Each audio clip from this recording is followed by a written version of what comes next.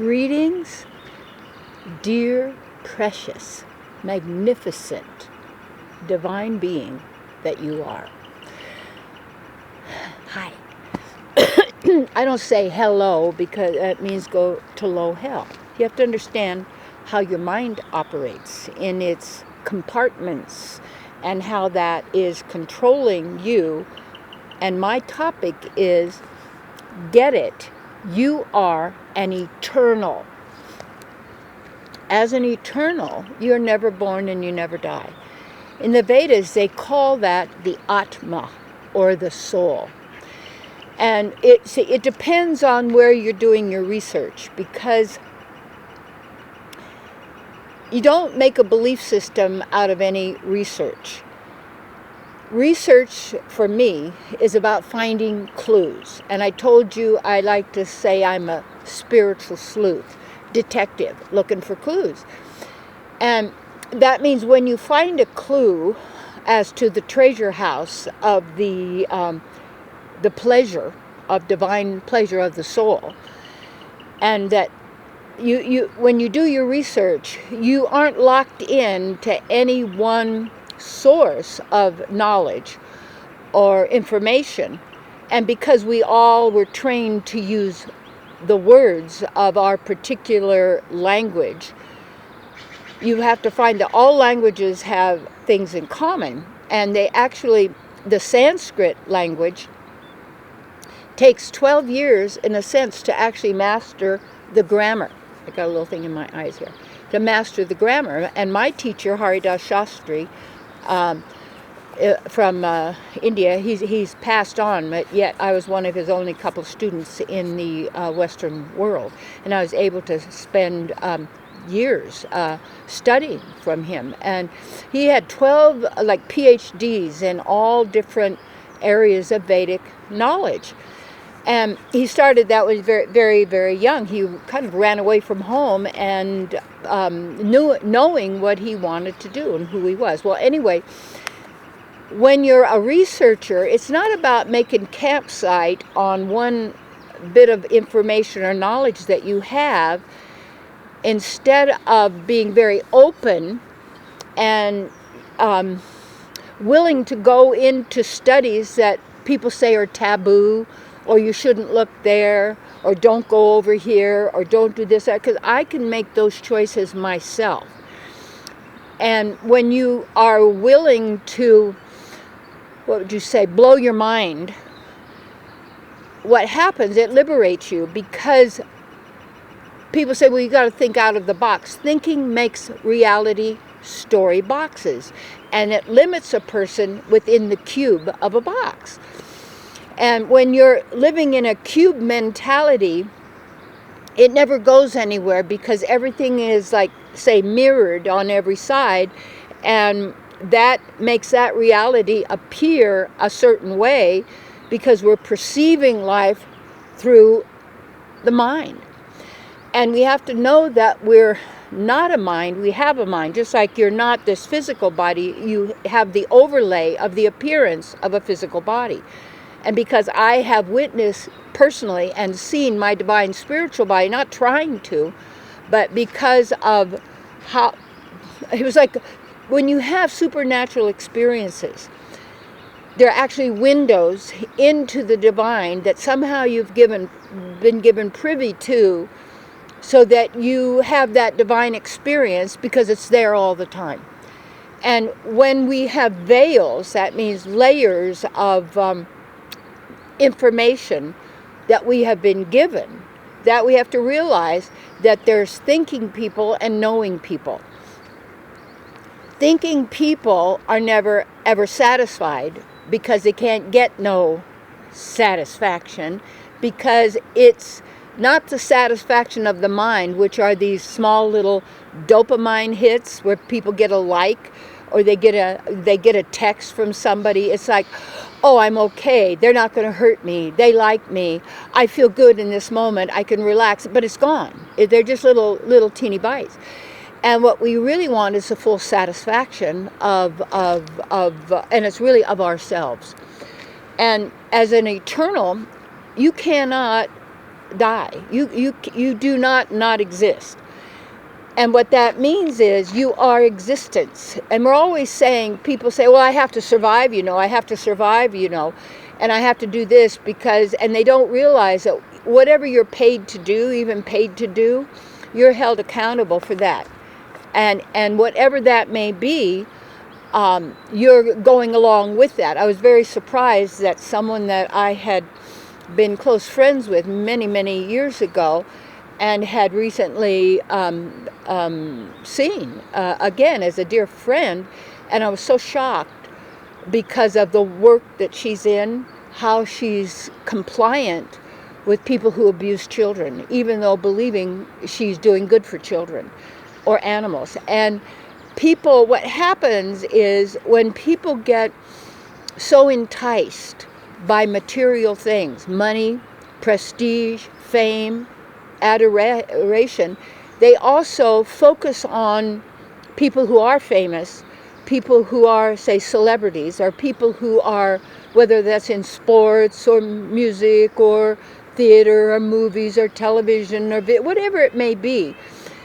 It's like the slippery slope. And what happens is you start to notice people who are so contaminated with lies, but that they have taken as truth, and they justify what they do. And say, well, and I remember this years ago when I had met Frank Sinatra and his wife Barbara and his two girls, Nancy and the other one, I forgot her name. We had the same PR person. And what we realized was just he had been accused of being some mafia person, and like a couple weeks later, because he gives a big donation to a group, a nonprofit group that helped children, he was acknowledged and awarded that, and then the media says, oh, what a great person he is, to cover and hide the fact of his other workings. Just like you see certain things about people that were very well known, but they cover their activities with the appearance, you see, of being really cool, loving, when inside what they have done is they have closed down the soul, the Atma. They have no compassion, no real caring for people, because they are so bewildered and taken over, like as a hypnotic trance, to justify what they're doing, but they're always still held accountable, and this is who they are and what they're going through, or they believe that they are. So when you know who you are as a soul, the Atma, and why I like Vedic knowledge, and especially Srimad Bhagavatam, Bhagavad Gita, and where it comes from, is ancient times when people did not have all the distractions. They didn't have electronics that are affecting people in their brains and their bodies, and cell phones and what we're using, this thing. And you want to use that stuff as little as possible. But what happens when we have a what would you say, a reality that we're living in that is dictated through information that we have been receiving lifetime after lifetime, you might say, because we're the ones who have always been here in this reality since the beginning of the time-space game. And when you realize that, see, a lot of people don't have those memories. They have them, but they don't know how to access them, of all their past lives. And I've done so much work on myself in my consciousness, because all is consciousness. And whatever you want to manifest, how you want to live, what you want to do and be, you cannot go along with what you have been programmed and taught to accept. Because you think about these children in the educational systems are completely confused. And now completely confused as their own identity, and completely confused as to what's really important and valuable, and who's important and valuable is you. Not the opinions of others, not having how many likes you have or dislikes that you have, not being able, and then when we make for ourselves are heroes and sheroes, heroines, and isn't that interesting? Called a drug a heroine, it called a woman who's a shero, a great person. Well, she's a drug, really. But see, you got to understand how and learn how the mind is operating, and who you are. And because we're all taught to use words and to believe what we've been taught by so-called authorities, which is authors who are authorizing and authoring what you are living and what you're doing and how you're being and everything about you. And then we believe that. And then what happens, like crabs in a bucket, when a crab tries to get out, all the other crabs pull them back down again.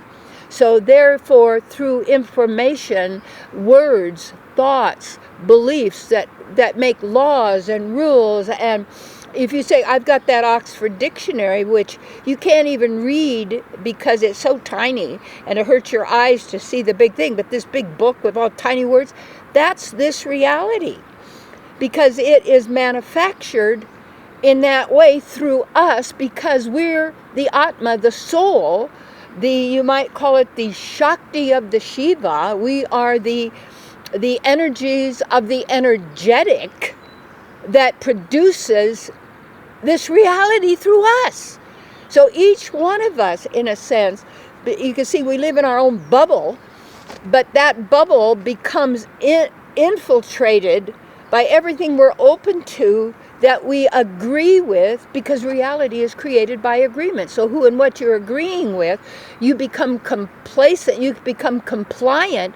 You are, even if you think you don't know, you are now contaminated and influenced, not from your Atma. And see, the Atma, you have to get this. And I said it, get it, you are an eternal. People don't, well, yeah, I'm an eternal, but they don't have the knowledge or understanding that what you're viewing is an overlay that distorts and perverts one's view, because it isn't purely coming from the soul, it's coming from a mental overlay full of lack, limitation, you're not good enough, nobody loves you, nobody wants what you've got, you're going to die in the street, you better do. So it's always, always, always keeping the person thinking, analyzing, figuring out, what do I do? And then with the whole push we call AI, artificial, it's already the mind, is the thoughts. That's artificial intelligence. Real intelligence comes from you. You're a knowing being. But we're using language because we've taught to, we have to, just like money. Because if you don't, then you don't, you're not able to do what you do, because it's a boxed in reality. So to get out of the box, in a sense, you have to get above the box where you're not in a box. That's not you. The mind has reality boxes, story boxes. That's why everybody's so committed to their story. And that story, their tragedy, they're this, they're that, they're me, all this, but you're not your story. And when you know that the soul, the Atma, is beyond comparison, and this AI has nothing and no comparison at all to the power of your soul and what you're capable of and are doing, because we're divine beings. People say, I don't, and I say, you're a godlike being. That means source-like.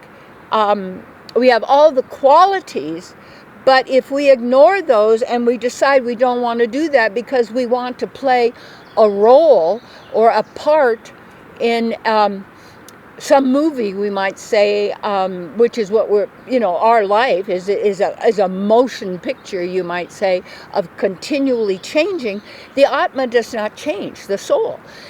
And you are then the witness. So what I want to say is, you got to remember, get it, you are an eternal. And you can, and what happens is, people have been going through lifetime after lifetime of struggle and birth and death and this and that and hardship and all of this being told. So you stand back or stand transcendent to what's going on, and then realize, hey, I'm an eternal being. And I remember one time when I first realized I was an eternal, I went, boy, if I want to be happy, then I better learn how to do it. And so that decision or that choice means that you are willing to invest in yourself. And I want to welcome you to be able to email me. I do counseling over the phone or in person through Love Offering to make sure that everyone can receive support, because that's what I do. I also have workshops and retreats at very reasonable tuition up here at Shasta. There's camping, there's motels, there's opportunities. All you have to do is email me. I'll send you the flyer, the information. And also I do mentoring for people who are spiritual entrepreneurs, to also have your products and your services and what you have to offer out there for people, so that you're prospering because you're being true to who you are, and you're what may I say, you're empowering yourself. Don't wait for somebody else to do that. You have to, that is a choice you make. So, and I want you to please let people know about these videos. Share them with people. We're doing that together, because that's how I want to thank all the people who have contributed and who are helping out, because we're all still playing, in a sense, the money game, but we want to shift it to the gifting. And you vote with your dollars, in a sense, because what you focus on and what you put energy on, which is even money energy, or however you do that, you're going to grow that. And the other thing is going to starve, because it's no longer being given your life force. So I want to thank you so much. And whatever it is you can contribute, whatever it may be, that is so wonderful, because it helps us to be able to offer this teaching to anyone in the world who wants it, and no one is left out. And also that that I'm able to even talk with and help people who want to communicate through the phone or in person for counseling sessions. So anyway, love you lots, and hey, get it. You are an eternal.